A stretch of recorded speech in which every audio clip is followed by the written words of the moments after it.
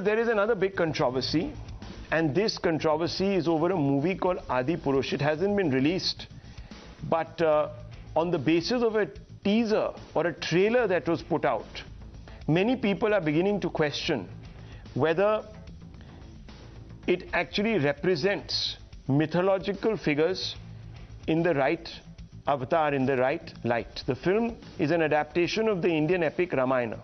It's an adaptation. We don't still know whether it is an exact retelling. And this has grabbed the eyeballs when it comes to a depiction of certain characters, including Ravan, played by Saif Ali Khan. From his beard to his hairdo to the giant monster bat he can be seen riding. Critics have gone ahead to the extent of comparing him to Mughal Emperor Alauddin Khilji. From outrage on social media, the makers of the film have now been warned of legal action if certain scenes deemed objectionable are not removed. Some people, BJP leaders, including other Hindu groups, have said that even Hanuman is wearing a leather vest and that he is not wearing a mukut, that he has a beard, etc. And that means that there is an Islamization of his character. The same is being said about Ravan, who is evolved Brahmin, wearing Janu, etc. It is being said that he looks like Khilji. And now, of course, Madhya Pradesh Home Minister Narottam Mishra has objected to the trailer showing Hanuman wearing a leather vest and other apparel, saying that it is against the description of Hanuman's attire that is mentioned in the scriptures, and that the film must make these corrections because in the current context it poses an insult to Sanatan Dharma. Let's open this up, viewers. Many people are saying that this is really an assault on creativity, that in our country we can imagine things differently. They don't always have to follow some sort of textbook, and therefore we must not take away the license for creativity, because if we do, we will become a monochromatic society stuck in a time warp, and we will become much like those that we don't. So let's ask these questions tonight. I want to first begin with Murtaza Ali Khan, film critic, Mithun Vijay Kumar, Advaita Kala is also there with us, Dr. Ranganathan, all are here.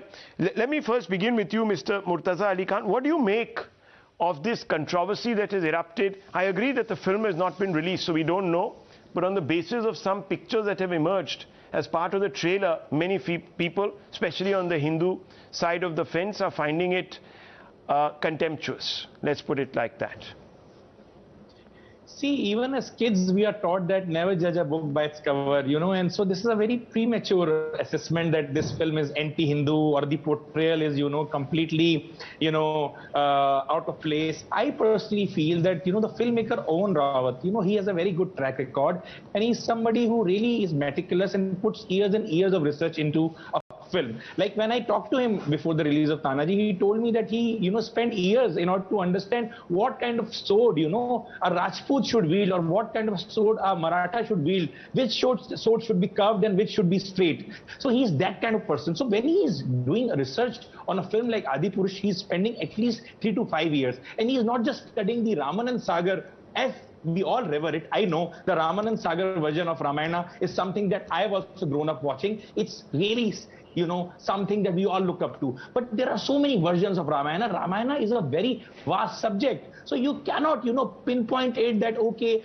only the Ramanand Sagar version of Ramayana is something. Arun Govilji is a character who is being related to Lord Rama. But Lord Rama is much bigger than Arun Govil. If we continue to see Arun Govil as Lord Rama, and our coming generations will also continue to see Arun Govil as Lord Rama, then that is not right. We should allow technology, to come in, and if using technology, keeping the sanctity of Ramayana, the beauty of Ramayana and the morals that Lord Rama, stands for, if we can somehow come up with a modernized version, there's nothing wrong in that. And I am at all for CBFC, if there is something that is wrong, something that that goes awry, then CBFC can always step in and curtail it, and even, not even issue the certificate to the film. But this kind of, outrageous behavior that, we're gonna sue the filmmaker, we're gonna, stop him from releasing the film, that is, I think, in a very bad taste. But it's also reflected of the kind of hyper, behavior that we've seen on the social media. Even, when Modi came out with that new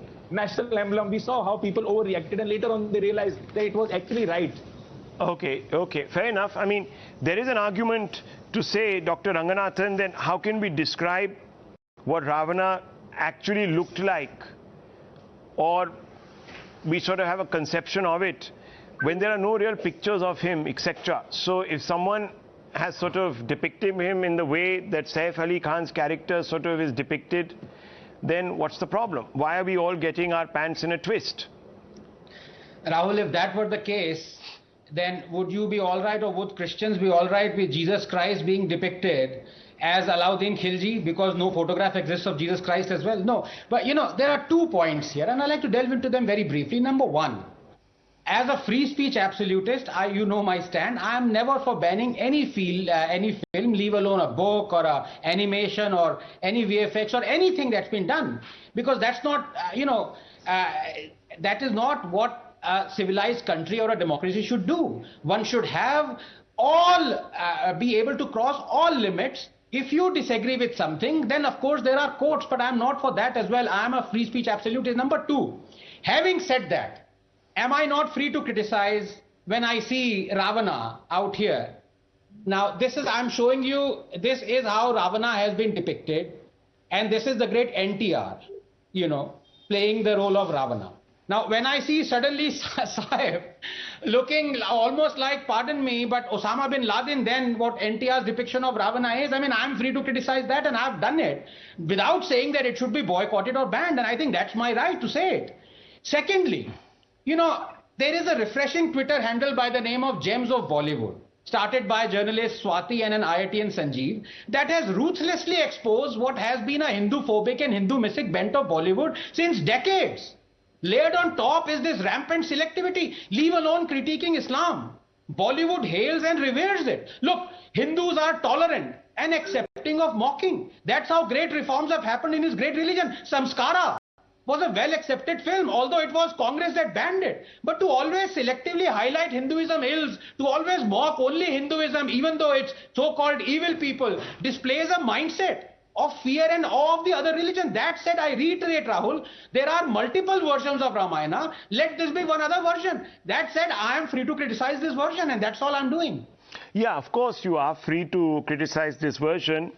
No one is denying that, Dr. Ranganathan, but there is also a worrying typecasting of what a Muslim ruler must look like.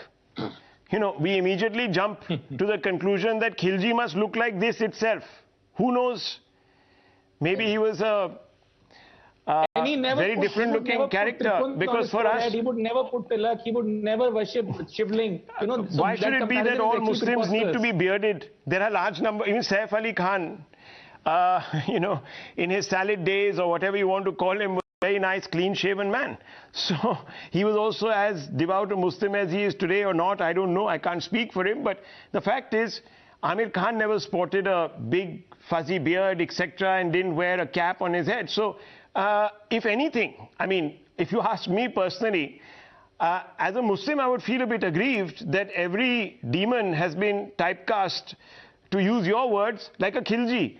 Why should that be the case in this country? So I would think that, perhaps the Muslims have perhaps a greater cause to be worried about here as a sort of typecasting or a stereotyping than the Hindus. Dr. If I was a Muslim, Rahul, if I was a Muslim, first of all, I gave you the example of Jesus Christ. Yeah. Why he is never portrayed as a demonic person? Because people have this image, even if they are images of gods or goddesses or asuras, they have an image. And that is what religion has bestowed on us. We have to accept it. I'm speaking as a Darwinian atheist, by the way. Number two, if I was a Muslim, I would be aggrieved by not being allowed to even draw the Prophet Muhammad or any other Islamic heroes. That's of course, I can't even draw it. That's of course a matter of, again, something that community needs to look into. And Exactly. that is, that's an issue that we all know has been tested and tried and is not ended in happy circumstances for those that even attempted to sort of draw a caricature. But what I'm trying to say here, there's a clever attempt at trying to sort of suggest once again that Hindus have been in some ways victimized by this typecasting, and this is like, part of now Bollywood practice. Well, viewers, there is some truth to it, of course, because we are more accepting and tolerant community. But my worry, Advaita Kala, is that all of this also leads to a large number of people coming forth and saying to the film director that if you don't change, then watch the consequences. They give ultimatums.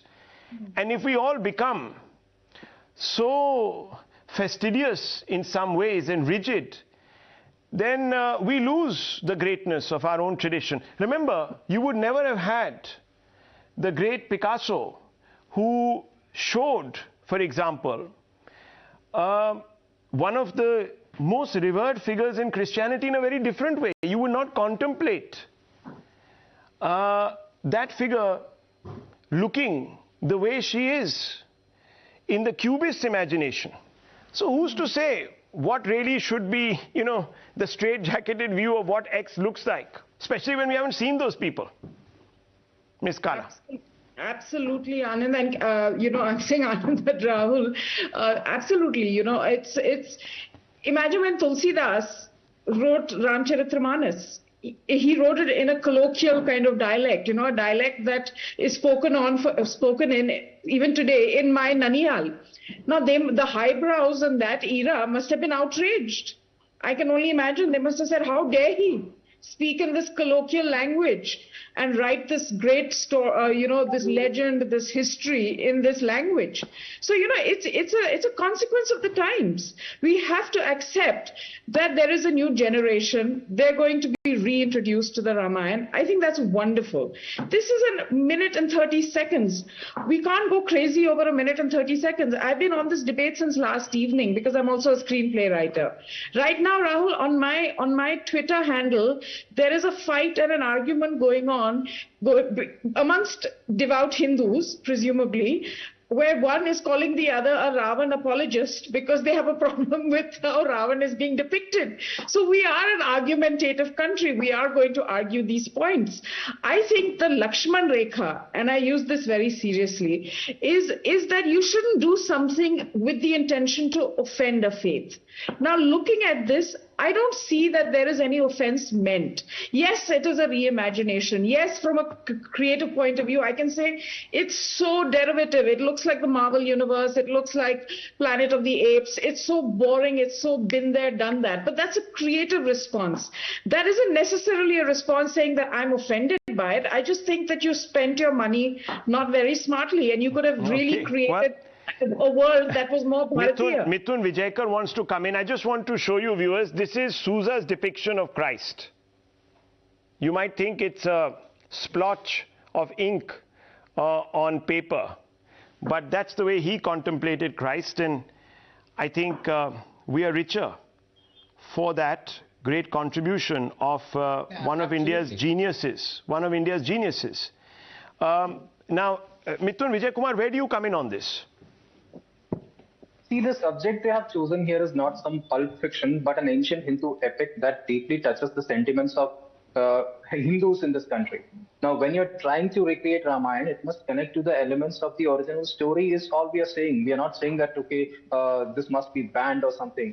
People have come out and said that, okay, this is a teaser, what we see, and the response is only for the teaser and not for the movie. And nobody says that people can't comment on teasers. Teasers can be reviewed. Trailers can be reviewed. Even movies can be reviewed. What the responses that you see today might change entirely when the movie is released if it is different from what they are showing here. And this might be just a PR activity.